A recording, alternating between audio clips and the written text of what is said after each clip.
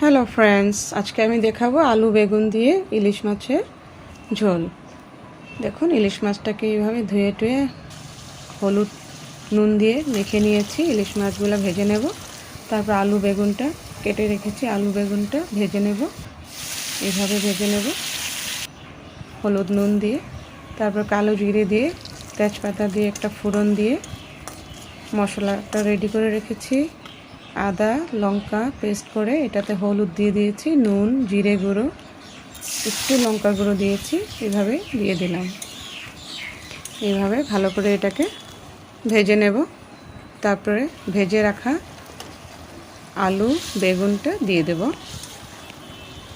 ভালো করে ভেজে নেব। মশলাটা সুন্দর করে ভেজে নেব। তারপর একটু জল দিয়ে দিলাম,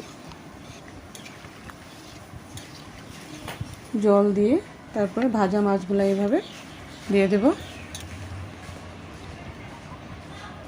প্রায় 20 মিনিট আমি এটাকে রান্না করব। রসুন পেঁয়াজ আমি কিছুই দিইনি। রসুন পেঁয়াজ না দিয়ে আমি ইলিশ মাছের ঝোলটা বেগুন আলু দিয়ে বানাচ্ছি। ভালো লাগলে আপনারা এইভাবে ট্রাই করবেন ঘরে। কেমন? ঠিক আছে, বাই বাই।